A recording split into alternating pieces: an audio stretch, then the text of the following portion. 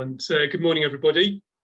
I'd echo really inspirational stuff from Shirley on what's going on in London there.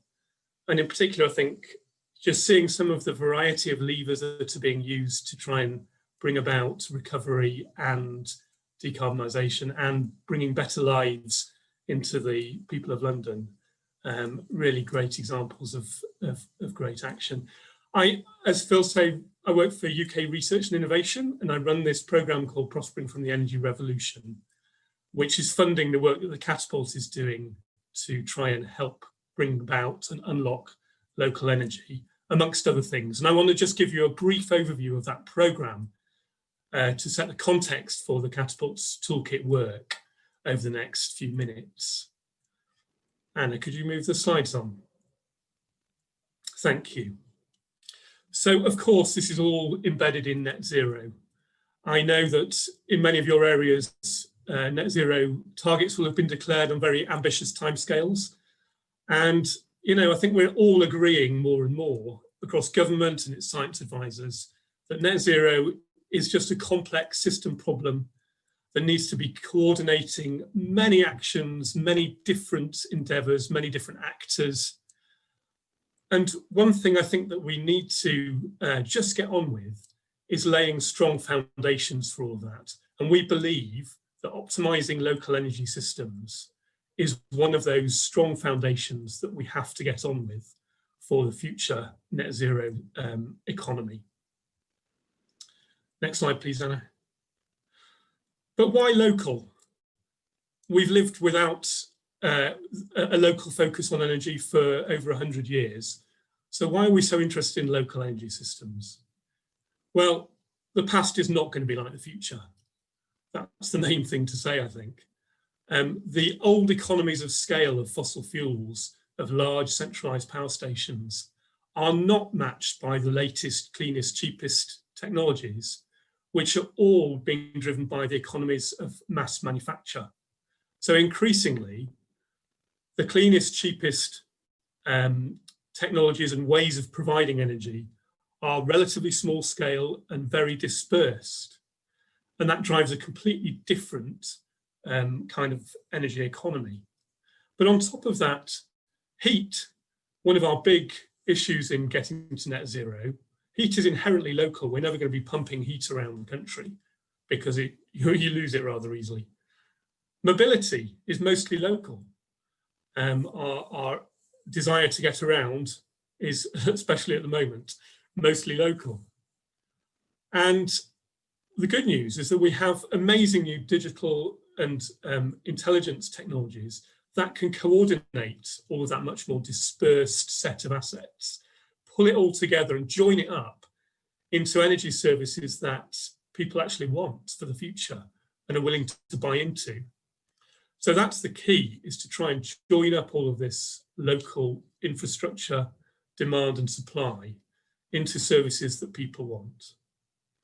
But not just technically, economically, if we can deliver optimized local energy systems, they're going to capture more value locally. They're going to create jobs locally, and high value ones at that. So this is a way, as Shirley was just saying, of matching up our green ambitions with our recovery ambitions and levelling up across the country. And last but not least, why local? Just about people. We live our lives locally. Our demand for energy, for mobility is local. And our flexibility, our way of interacting with that energy system is local, primarily. And perhaps most importantly, we kind of trust locally and we engage locally more easily than we do on a national basis. And getting that trust in the change that's coming to our energy system is absolutely critical in making things happen. So local just makes sense, we think, but it's complex and it needs ambition and imagination to deliver it. And part of this development of tools and help that the Catapult is embarking on is to try and help people navigate their way through that minefield and to deliver some of these positive outcomes. Thanks, Anna. So Prospering from the Energy Revolution was set up because we understood that this thing made sense, this local energy optimization made sense, but actually there's very little evidence or proof of the benefits of it. So we set this program up to try and prove that investable, scalable, local energy business models could be done. We wanted to unlock finance into local energy systems by that proof. We wanted to accelerate new products and services to commercialization through innovation, improving that innovation in real world environments. And we wanted to build UK leadership in the integration of joined up energy systems locally. So those objectives turned into a set of activities on the right-hand side there. And the vast majority of the funding has gone on trying to prove these future local energy models. We have some big demonstrators running around the country. We've got 10 design projects up and running that are going to create a pipeline over the next 2 years. We're trying to fill the gaps in some of the technology landscape, including unlocking data in our innovation accelerator. And then kind of holding it all together and pulling the best bits out, the learnings, the insights, the research that needs to go alongside practical application is ERIS, which is the Energy Revolution Innovation Service in the Catapult, through which the Toolkit is getting developed.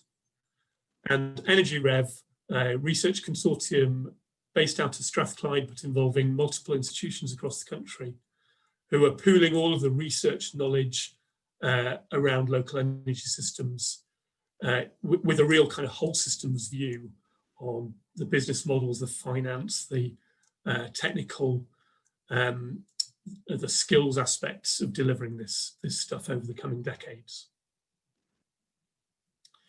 Next slide, please, Anna. So just to dive into those in a little bit more detail, you're going to, and various people from these projects are taking part today.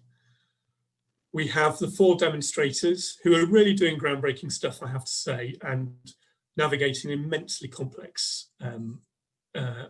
situation. Reflex up in Orkney, Projects Leo in Oxfordshire, Energy Superhub Oxford, and Smart Hubs West Sussex. I know that Neil and Barbara are here from the top 2 of those projects. So you'll probably hear more from them. They're doing kind of town scale demonstration of integrated mobility, power, heat from an energy perspective. Next slide, please. And in tandem with those, a pipeline of even more ambitious design projects who are pushing the boundaries even further. We ran some smaller concept designs, the Blue Stars, earlier in the programme, and now we're funding 10 detailed design projects that are going to run over the next 2 years and create a pipeline of projects that are ready to go, shovel ready and investment ready right across the country. Next one, please.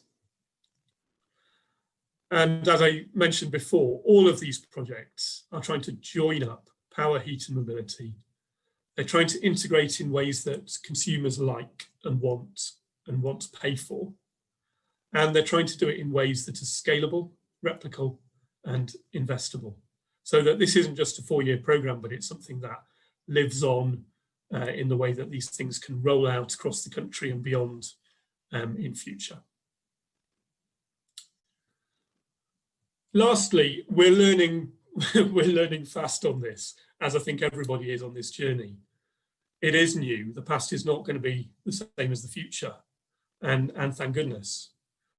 But it's difficult. But we are starting to see that the benefits are real. Some of the projects are starting to produce data that shows that by joining this stuff up, you can do cleaner on a trajectory to net zero and cheaper. There are lots of players that need to work together. Local authorities are often at the heart of these things, but they need a multitude of businesses, smart energy companies, hardware companies, software companies, community groups, universities. It's really hard to pull all of those people together. We need to do a lot more in finance and regulation. These things aren't proven, and therefore it is difficult for finance to get behind complex projects like this without the proof of it. And regulation is not set up to deliver integrated local energy systems at the moment. So we're working hard in all of those areas as well.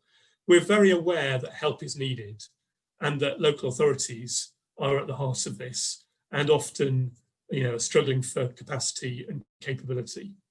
So we think that local areas need to be ambitious and imaginative, but they also need to be supported. And the ambition is for you to generate, I think, but we can help with some of the inspiration around that, I think, in the lighthouse projects that we're creating. We hope that we can help you imagine what could be possible in your areas through case studies and best practice and some of the examples that we're generating.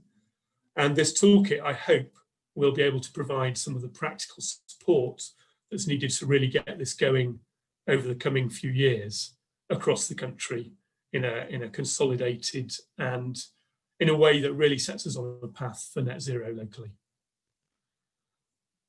That's it from me for today. I hope you have a great session. I'm sorry not to be able to stay with you, but please provide all the input you can and help us to provide the support that you need.